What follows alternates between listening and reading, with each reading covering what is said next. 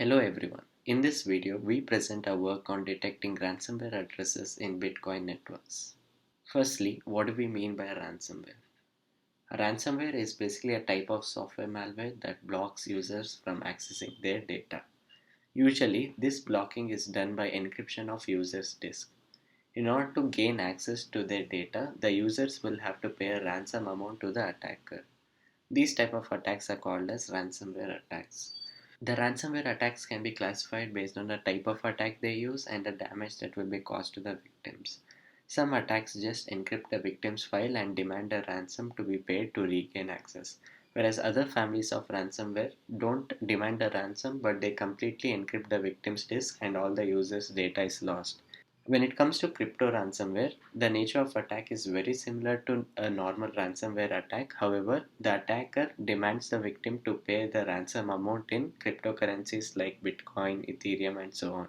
Once the victim has paid the ransom amount, the attacker will then send the decryption keys that will decrypt the files, and the user can now gain access to their files and data. Attackers then convert the bitcoins that they receive from the victim to any fiat currencies. This is why ransomware attacks are becoming prevalent in Bitcoin transactions. Since Bitcoin stores all transactions in a public ledger, we can analyze all transactions and detect such ransomware transactions using different machine learning algorithms. Many people have worked on this problem using traditional machine learning algorithms.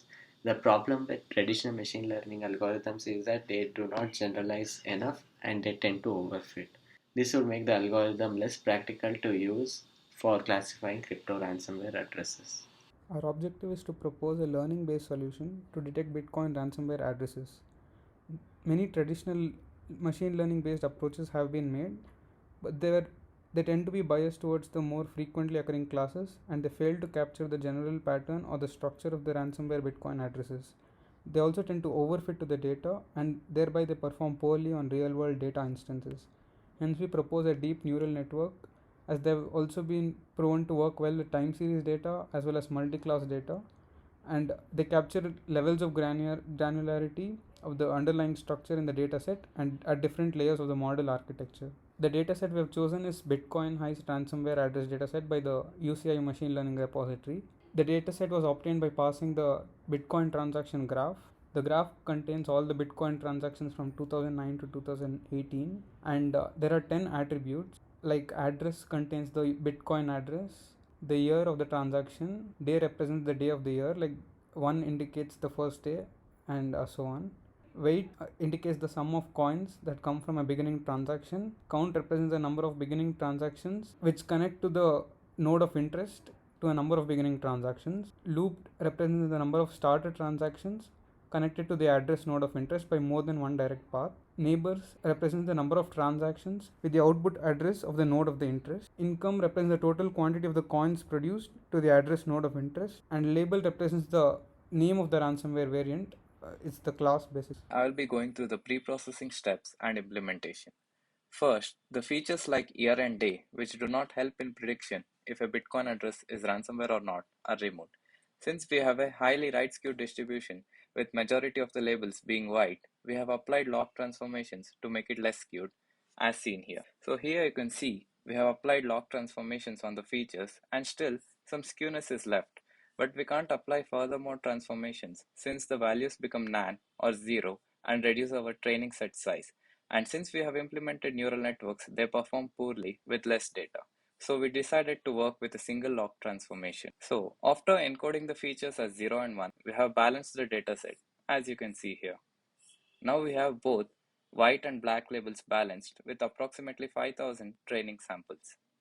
Training and test data were created with 80 and 20% split.